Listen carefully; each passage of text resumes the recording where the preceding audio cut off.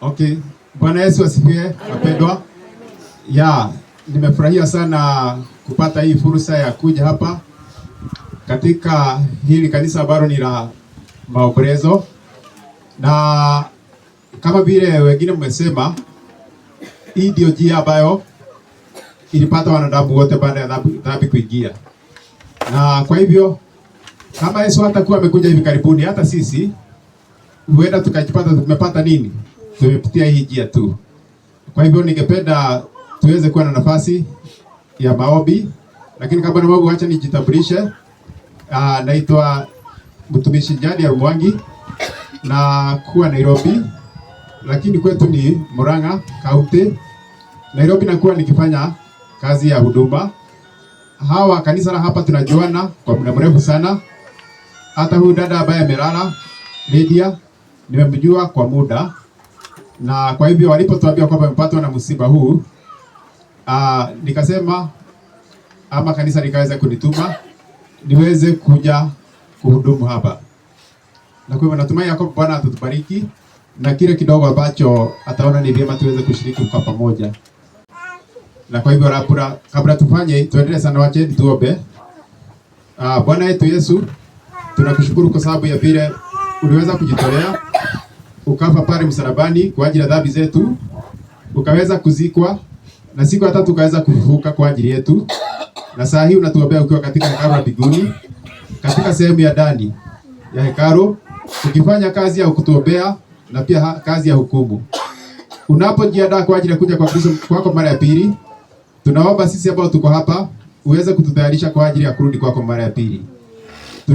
Tunapoenda kuangalia fundisho fupi kuhusiana na kifo na vile kifo kinahitaji kutufundisha mambo kuhusiana na ufalme wako, tunaomba Yesu utusaidie tuweze kuelewa, ili itakapofika na wakati wetu na sisi tulale kama vile dada yetu Lydia amelala hapa, tulale tukiwa na tumaini la kwamba na kupata ufufuo. Asante sana, uwe nasi na ni katika jina la Kristo. Naomba unitakase midomo yangu na kaa kutoka katika hekalu, ili niweze kueleza watu wako yale ambayo yanahusiana na ufalme wako.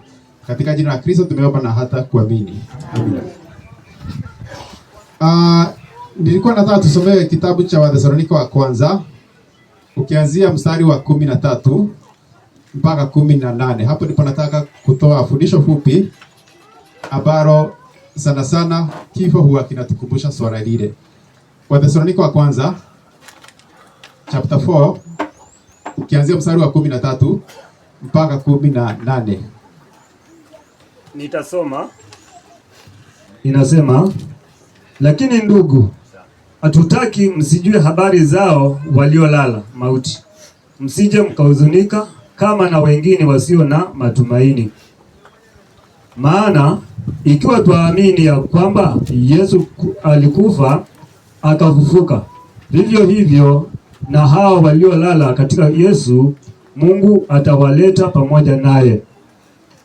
Kwa kuwa twawaambieni haya kwa neno la Bwana, kwamba sisi tulio hai tutakaosalia hata wakati wa kuja kwake Bwana, hakika hatutawatangulia wao waliokwisha kulala mauti. Kwa sababu Bwana mwenyewe atashuka kutoka mbinguni pamoja na mwaliko na sauti ya malaika mkuu na parapanda ya Mungu, na waliokufa katika Kristo watafufuliwa kwanza. Kisha sisi tulio hai tuliosalia tutanyakuliwa pamoja nao katika mawingu, ili tumlaki Bwana hewani, na hivyo tutakuwa pamoja na Bwana milele. Basi farijianeni kwa maneno hayo. Kwa hivyo tunaambiwa tufarijiane na maneno hayo. Maneno gani? Ya kwanza, tusikose kujua kuhusu hali ya wafu. Kwa hivyo jambo la kwanza ambalo Bwana anataka tufarijiane nalo ni kufundisha watu kuhusiana na hali ya wafu, ya kwamba wafu, kwa nini huwa tunakufa? Kifo kilitokana na dhambi. Ukisoma kitabu cha Warumi 5:12, Biblia inasema kwamba katika Adamu kwa dhambi moja dhambi iliingia duniani, na mauti ikawapata wote. Kwa hivyo kifo kinatukumbusha kwamba dhambi iliingia duniani, na dhambi ilipoingia duniani ikaweza kuleta mauti, na kwa sasa wote huwa wanakufa. Inaweza tofautiana na vile tunakufa, lakini hatimaye sisi wote huwa tunakufa. Na hii ni kwa sababu tulitenda dhambi. Wazazi wetu wa kwanza walipotenda dhambi pale Edeni, hukumu ya Mungu, sheria ya Mungu ilikuwa inasema kwamba siku mtakapokula matunda ya kuja mema mabaya, hakika mtakufa. Na kwa sababu hivyo basi, wazazi walipotenda dhambi, basi ikawa hukumu ya kifo imewapata. Na kwa sababu tulizaliwa na Adamu na Eva akiwa ameanguka dhambini, basi na sisi tunazaliwa tukiwa na hukumu ya kifo, na kwa hivyo huwa tunakufa. Kwa nini? Baada ya dhambi kuingia duniani, Mungu aliweza kuwafurusha Adamu na Eva katika shamba la Edeni, mahali ambapo wangekuwa wanakula yale matunda ya uzima ili waishi milele. Na kwa hivyo saa hii sisi wote, hakuna mwanadamu ambaye kula matunda ya uzima, maana tulifurushwa kutoka shamba la Edeni. Kwa hivyo huwa tunakufa. Mili ambayo tuko nayo ni mili ambayo ni ya kukufa, na ndio tunatahadharishwa, tunaambiwa kwamba tuwe tayari wakati wote. Pia kifo kinatukumbusha kwamba kuna jambo Mungu alifanya kwa ajili ya kushughulikia hii shida ya kifo. Ni jambo gani Mungu alifanya? Mungu alimtuma mwana wake wa pekee. Mwana wake akaja hapa duniani, akazaliwa, akachukua mwili huwa kufa. Pale Bethlehem, Kristo aliweza kuchukua mwili ambao ni wetu. Na Kristo alipochukua huu mwili wetu, akaishi kama vile sisi tunaishi, na hatimaye pale Gethsemane Kristo akabeba dhambi zetu, na pale Calvary Kristo akateseka, akapigwa, akajeruhiwa, akaweza kupigiliwa misumari msalabani, na hatimaye akafa. Sasa Kristo alipokufa, Yesu sasa ndiye anaitwa na Bible uzima na ufufuo. Hiyo ni kitabu cha Yohana 11 mstari wa 25, inasema kwamba mimi ndiye ufufuo na uzima. So Mungu hajatuacha katika hali ya kukosa tumaini. Mungu ametupea mwana wake, na mwana wake alipokufa, Ufunuo 1 mstari wa 18 inasema kwamba tazama, mimi nilikuwa nimekufa na sasa niko hai, na ninazo funguo za kuzimu na niko nazo na funguo za kaburi. So wanadamu hatustahili kuomboleza sana kwa ajili ya kifo. Kile tunaitwa kufanya ni kuja kwa Kristo na kumwamini awe mwokozi wa maisha yetu. Tukae ndani ya Kristo, tushike amri za Mungu, ndio tuweze kupokea ule uzima wa milele. Kitabu ya Yohana, waraka wa kwanza ya Yohana 5:11 inasema hivi: na huu ndio ushuhuda kwamba Mungu ametupea uzima wa milele, na uzima huu umo ndani ya mwanawe. Yeye aliye na mwana wa Mungu ana uzima wa milele, na yule ambaye hana mwana wa Mungu hana uzima wa milele. So tunaitwa kuja kwa Kristo na kuweza kumpokea kama mwokozi wa maisha. Tunaitwa kumfuata Yesu. Tunaitwa kushika amri za Mungu zile 10, ndio sasa tukiongozwa na Roho wake tuweze kufikia kupata uzima wa milele. Kwa hivyo kifo kinatukumbusha kwamba sisi huwa tunakufa. Mungu anataka tujiandae, kwa sababu hatujui ni saa ya kufa. Kuna kitu Mungu alificha wanadamu ambayo ni saa ya kifo, kufa kwake. Hebu somea kitabu hicho cha Mhubiri 8 ukianzia mstari wa 7 na 8. Mhubiri 8, ujue hata mimi sijui ni siku gani. Mmesema kwamba kuna mazishi iko kwingine. Juzi kulikuwa na mazishi, unakumbuka, ilikuwa mahali pengine. Hata kesho kuna mazishi, labda imepangiwa mahali pengine, na kwamba hatujui ni lini. Inawezekana kesho ni mimi mtakuja kunizika, ama ni wewe tutakuja kukuzika. Kwa hivyo ndio tunaambiwa tujiweke tayari, maana hatujui. Karibia hapa ndio hiyo kitabu cha Mhubiri 8 mstari wa 7 na 8 inasemaje? Mhubiri 8 Mhubiri 8 7 8. Mhubiri 8:7-8. Kwa kuwa hajui yatakayokuweko, kwa maana ni nani awezaye kumweleza jinsi yatakavyokuwa? Hakuna mwenye uwezo juu ya roho, haizuie roho, wala hana mamlaka juu ya siku ya kufa, wala hakuna kuruhusiwa katika vita vile, wala uovu hautamwokoa yule aliyeuzoea. Kwa hivyo hakuna aliye na mamlaka juu ya siku ya kufa. Siku ya kufa ikifika, tunaitikia. Siku ya kufa ikifika, huwa tunaitikia, sababu Mungu ndiye ako na mamlaka kuhusiana na mambo ya kifo. Na kwa hivyo Mungu huwa anataka kile Mungu anafanya. Mungu anatupea neema. Nimewambia kuhusu Kristo ambaye alikuja.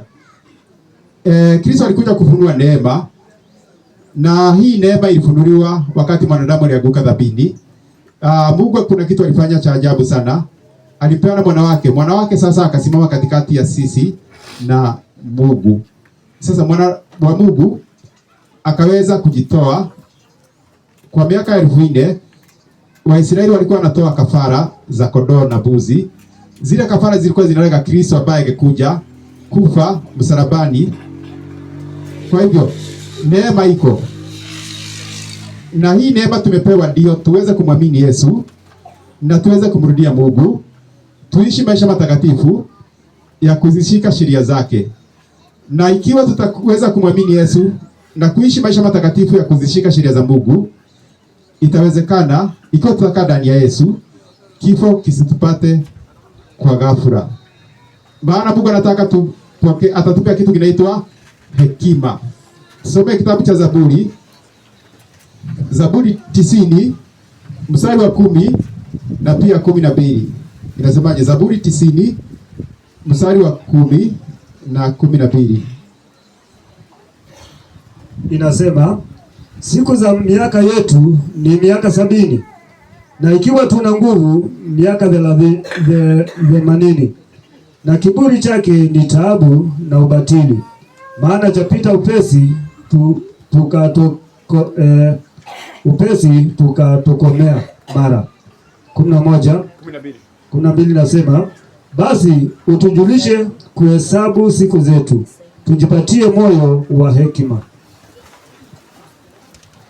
Kwa hivyo kile Mungu anatupea ndio tujiandae kwa ajili ya kifo ni hekima. Mungu anataka kutupea hekima ndio tuzihesabu siku zetu. Huyu hekima ni Yesu. Hekima ni Yesu. Hekima ni Yesu na kushika amri za Mungu. Narudia tena, hekima ni Yesu na kuishi maisha ya utiifu kwa amri za Mungu. Hiyo kitabu cha Mhubiri hiyo 8:5, hebu tusome usikie. Kuna watu watakuwa na hekima, kuna watu wanajipea hekima, na kwa hivyo wanajua wakati shida itakapokuja Mungu anakuwa amewafunulia maisha yao, na kwa hivyo wanakuwa na hekima. Hata Kristo alipokuja duniani, mnakumbuka Kristo alikuwa anaambia wanafunzi wake wakati wote kwamba nini, mwanadamu anaenda Yerusalemu na baada ya miaka 3 atafanya nini? Atasulubishwa. Kwa hivyo Kristo alijua siku zake za duniani zilikuwa zinafanya nini? Zinaenda kumalizika. Hata zilipokaribia kumalizika, bado Yesu akasema kwamba mnajua tunaingia katika Pasaka ya Wayahudi, na baada ya siku 2 mwanadamu atafanya nini? Atasulubishwa. So kwa watu wa Mungu, mambo ya kifo haihitaji kuwapata kwa ghafla. Wanahitajika kuwa na hekima. Soma hiyo Mhubiri 8 ukianzia 5 sasa mpaka 6 usikie. Inasema Mhubiri 8:6, aishikaye amri hatajua neno baya, na moyo wa mwenye hekima hujua wakati na hukumu. Kwa maana kwa kila shauri kuna wakati na hukumu, kwa sababu mashaka ya mwanadamu yaliyo juu yake ni makubwa. Kwa hivyo anayezishika amri za Mungu akiwa ndani ya Kristo anapewa hekima, anapewa akili, anahitajika ajue wakati wake, ajue kuhesabu siku zake. Na ukisoma hiyo kitabu hautasoma, nitaikuti tu na kichwa. Mhubiri 3:2 anasema kwamba kuna siku ya kuzaliwa na siku ya na siku ya kukufa. Kwa hivyo tukuja kwa Kristo na kutafuta hiyo hekima. Hekima, tuwe watu ambao tunakesha. Kristo alipokaribia kufa, ni kitu gani Kristo alifanya? Gethsemane, aliomba maombi, alikesha na akaomba sana, na akaambia wanafunzi wake wafanye nini? Wakesha na waombe ili wasije katika majaribu. Kwa hivyo tunahitajika kutembea kama vile Enoko alitembea. Ukisoma kitabu cha Mwanzo 5:24 utasikia Enoko alitembea na Mungu. Mungu akafanya nini? Akamchukua. Kwa hivyo ikiwa tuna mazoea ya kutembea na Yesu kupitia kwa njia ya maombi, Yesu atakuwa anatufunulia yaliyo mbele yetu na atatusaidia, atatuandaa kwa ajili ya masuala yote, hata masuala kama haya ya kifo. Kwa hivyo tunahitajika kuwa na uhusiano sana wa karibu na Yesu. Kifo cha mwenye haki, kuna kifo aina mbili. Kuna kifo cha watakatifu na pia kifo cha waovu. Kwa hivyo waovu wanachukuliwa na kifo bila kujua. Hebu soma hiyo kitabu cha Mhubiri 9:12 usikie. Wanadamu wananaswa kwa sababu hawajipangi mapema.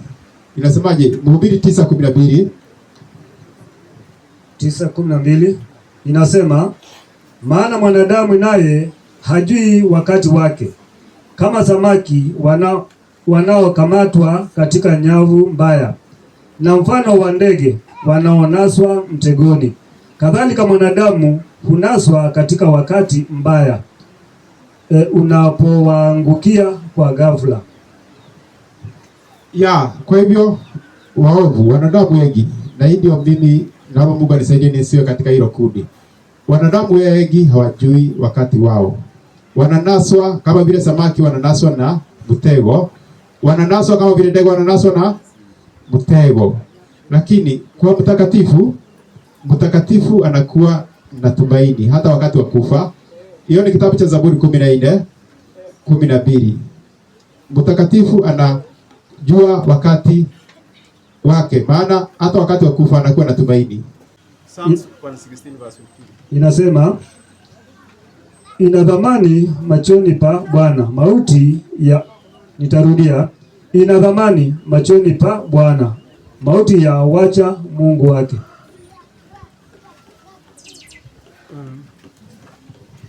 Kwa hivyo kifo cha mtakatifu wa Mungu sio hasara. Kwa mtu wa Mungu ambaye mwamini Yesu na anazishika sheria za Mungu, kifo chake sio hasara kwa Mungu.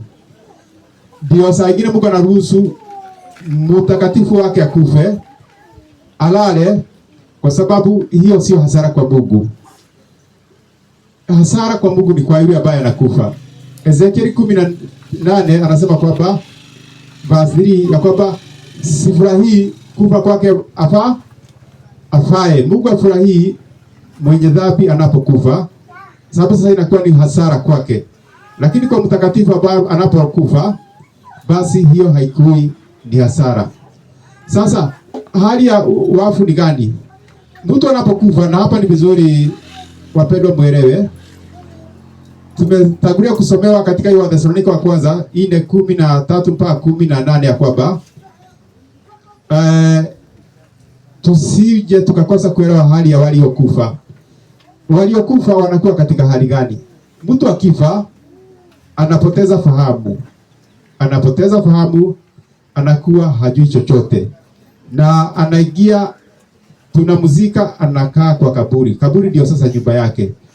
Na anakaa pale akiwa amepoteza fahamu ya chochote. Na anakaa kwa kaburi, na atakaa kwa kaburi mpaka Kristo atakapokuja mara ya pili. Vile tumesomewa Wathesalonike wa kwanza. Yesu atakapokuja mara ya pili, tumesikia Yesu ndiye anaitwa na Bible uzima na ufufuo. Hiyo tulinukuu So mtakatifu anapokufa na pia mwenye dhambi anapokufa, wote wanapoteza fahamu na wanaenda kukaa katika makaburi wakigojea siku ya ufufuo, siku ya mwisho. Hayo ndio nataka tusomee, tukienda tukimalizia. Tusomee hiyo kitabu cha Mhubiri 9 mstari wa 5 na pia 6, alafu some 10. Soma haraka.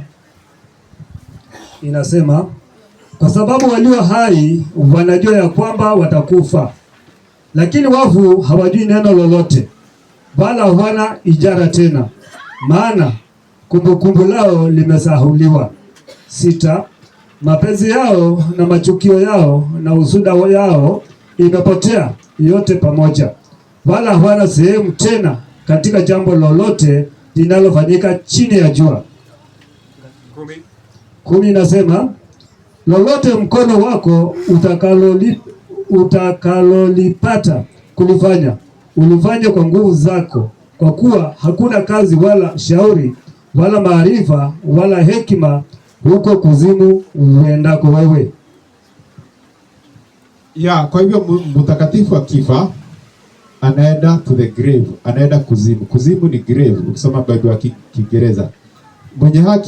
Mwenye dhambi akifa pia anaenda kwa kaburi na anakuwa majivu, anaisha, anakuwa majivu, analala katika usingizi ambao hauna fahamu, hawezi kufahamu chochote.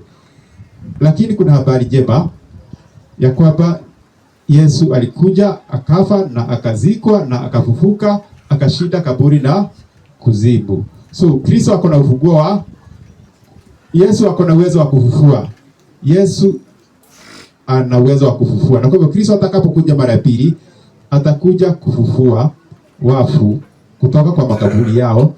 Na wakati huo sasa ndio atawapeleka sasa ufalme wa mbinguni. Wakati huo ndio atawapeleka paradiso.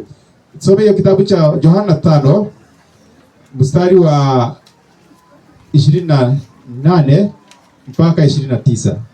Usikie Biblia iko wazi sana. Sisi ndio hatusomi Bible. Yohana inasema 5:28 to 29.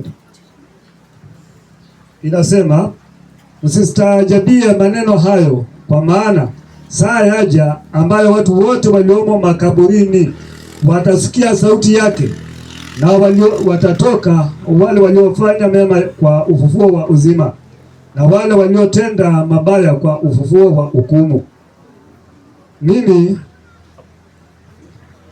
Kwa hivyo kutakuwa na ufufuo aina ngapi hapo? Aina mbili, ufufuo wa uzima na ufufuo wa hukumu. Kwa hivyo kutakuwa na ufufuo aina mbili. Ndio kitabu ambacho tulisoma katika hiyo Wathesalonike wa kwanza 4:17, angalia bali inasema Bwana mwenyewe atashuka kutoka mbinguni na mwaliko wa sauti kuu na parapara ya Mungu, na waliokufa katika Kristo watafufuliwa kwanza. Wathesalonike wa kwanza hiyo 4, nafikiri ni verse 17 hapo, 16 nasemaje? Soma. Inasema, Wathesalonike wa kwanza 4 mstari wa 16. Hivi ndivyo maandiko yanavyosema, kwa sababu Bwana mwenyewe atashuka kutoka mbinguni pamoja na mwaliko na sauti ya malaika mkuu na parapanda ya Mungu, na waliokufa katika Kristo watafufuliwa kwanza. Ukisikia kuna kwanza, basi ni kumaanisha kwamba kuna pili. Sasa kitabu cha Ufunuo ndicho kinaweka vizuri sana ya kwamba kutakuwa na ufufuo wa kwanza na kutakuwa na ufufuo wa pili. Ufunuo 20 ukianzia mstari wa 4 mpaka mstari wa 6. Some. Inasema, kisha nikaona viti vya enzi wakaketi juu yake, na wakapewa hukumu, nami nikaona roho zao waliokatwa vichwa kwa ajili ya ushuhuda wa Yesu na kwa ajili ya neno la Mungu, na hao wasiomsujudia yule mnyama wala sanamu yake, wala hawakuipokea ile chapa katika vipaji vya nyuso zao, wala katika mikono yao, nao wakawa hai, wakatawala pamoja na Kristo milele miaka 1000. Hao wafu waliosalia hawakuwa hai hata itimie ile miaka 1000. Huo ndio ufufuo wa kwanza. Heri na mtakatifu ni yeye aliye na sehemu katika ufufuo wa kwanza.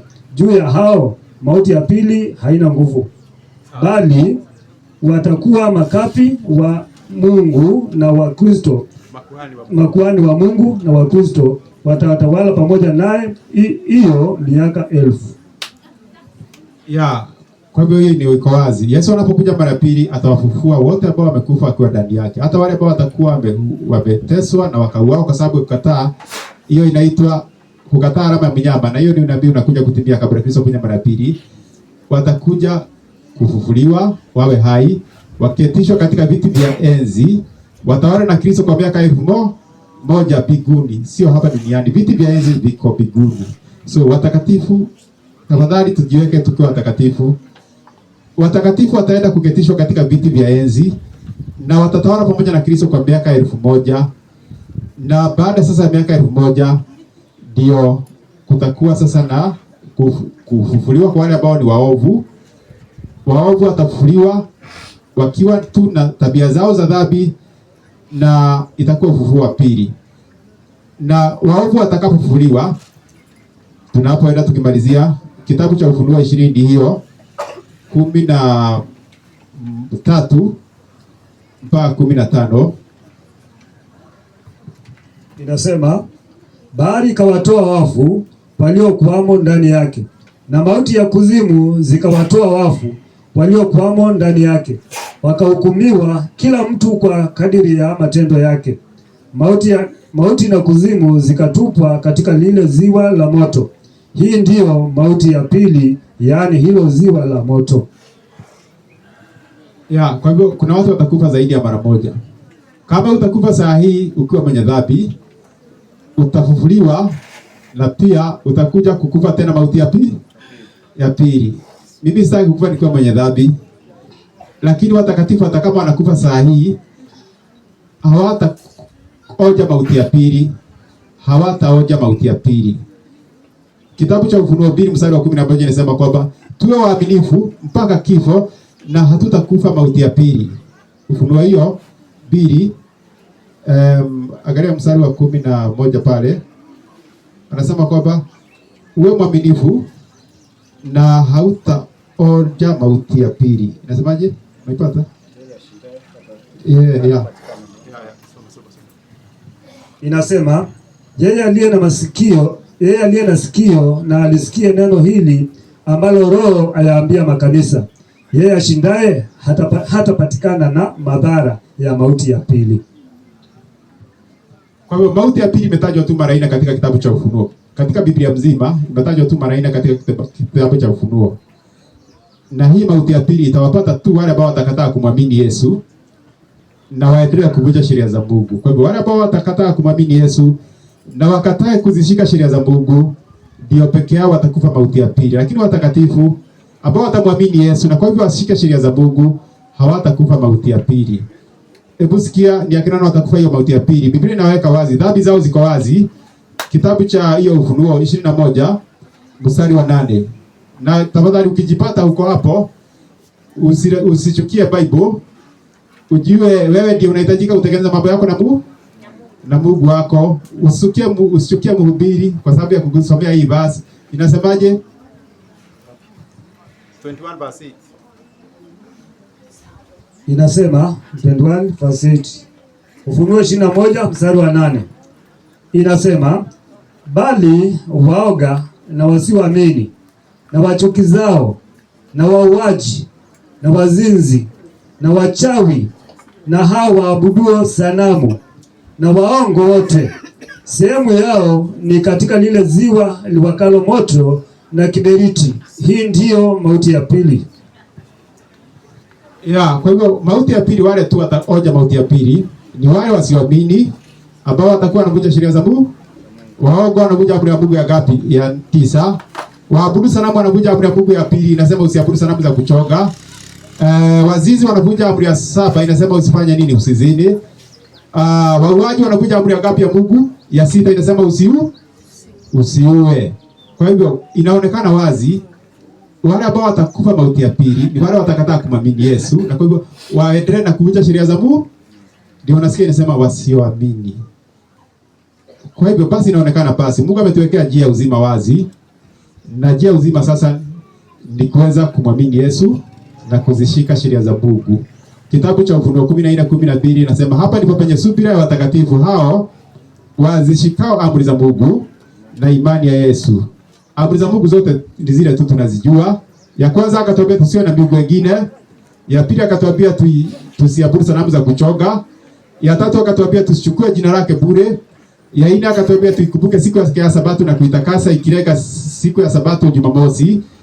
Ya tano akatuambia tuheshimu wazazi. Ya sita akatuambia tusiwaue majirani zetu. Ya saba akatuambia tusiwe tunafanya uasherati. Ya nane akatuambia tusiwe tunaibiana. Ya 9 akatuambia tusiwe tunashuhudiana uongo. Ya 10 akatuambia tusiwe tunatamani. Sasa hii mauti ya pili katika ziwa la moto inamaanishaje? Kwa nini inaitwa mauti ya pili? Kwa nini inaitwa mauti ya pili? Ni kwa sababu wenye dhambi watachomeka, waishe, wakufe. Mshahara dhambi ni mauti. So hapa ningependa kurekebisha, kuna watu wanafundishana ya kwamba ati Mungu atawachoma wenye dhambi milele na milele na milele na milele na milele na milele na milele, na wenye dhambi hatawahi chomeka, hatawaisha. Hapana, inaitwa mauti ya pili. Ni kumaanisha kwamba wenye dhambi ni ukweli wataadhibiwa katika moto, lakini na hata watakufa mauti ya pili na watakuwa majivu. Kitabu cha Malaki chapter 4 verse 1 to 3 nasema kwamba akitafuta anasema kwamba wenye dhambi watakuwa kama majivu, wataisha wawe majivu. 4 verse 1 to 3 inasema, Malaki 4 mstari wa 1 hadi 3 pale inasema hivi: kwa maana angalieni, siku ile inakuja, inawaka kama tanuru, na watu wote wenye kiburi nao wote watendao uovu watakuwa makapi, na siku ile inayokuja itawateketeza, asema Bwana wa majeshi, hata haitawaachia shina wala tawi.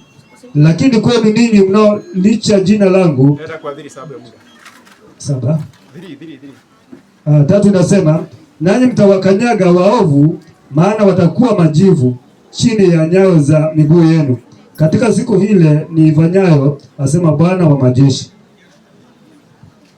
Kwa hivyo haki ya Mungu ni kwamba mshahara dhambi ni mauti, na kwa sasa wenye dhambi watakufia katika ziwa la moto, wataisha wawe majivu. Na sasa ndio habari njema, Mungu ataumba mbingu mpya na nchi mpya baada hii dunia yetu kuchomeka na wenye dhambi wote kufanya nini? Kuisha. Mungu ataumba mbingu mpya na nchi mpya, na sasa huko katika mbingu mpya na nchi mpya ndio watakatifu sasa watarithi mbingu mpya na nchi mpya. Huko ndiko Mungu atafuta machozi yetu. Ufunuo 20 fungu la kumalizia ndio tuombe. 21 anasema verse 3 pale 4, 5, 6 hapo. Inasema Ufunuo 21 kuanzia 3. Inasema hivi: nikasikia sauti kubwa kutoka katika kile kiti cha enzi ikisema, tazama, maskani ya Mungu ni pamoja na wanadamu, naye atafanya maskani yake pamoja nao, nao watakuwa watu wake, naye Mungu mwenyewe hatakuwa pamoja nao. Hao hivi naye inaendelea kusema, hao hivi naye mwenyewe Mungu pamoja nao atakuwa Mungu wao. Ine inasema, naye atavuta kila chozi katika macho yao, wala mauti haitakuwepo tena, wala maombolezo, wala kilio, wala maumivu hayatakuwepo tena, kwa kuwa mambo ya kwanza yamekwisha kupita. Naye aketie juu ya kile kiti cha enzi akasema, tazama nayafanya yote kuwa mapya. Akaniambia, andika ya kwamba maneno hayo ni amini na kweli. Kwa hivyo mimi ningependa Yesu aniandae kwa ajili ya hiyo. Ningependa Yesu aniandae, anitakase, aniwezeshe na Roho wake kuzishika amri za Mungu, ndio nikuje kurithi mbingu mpya na nchi mpya.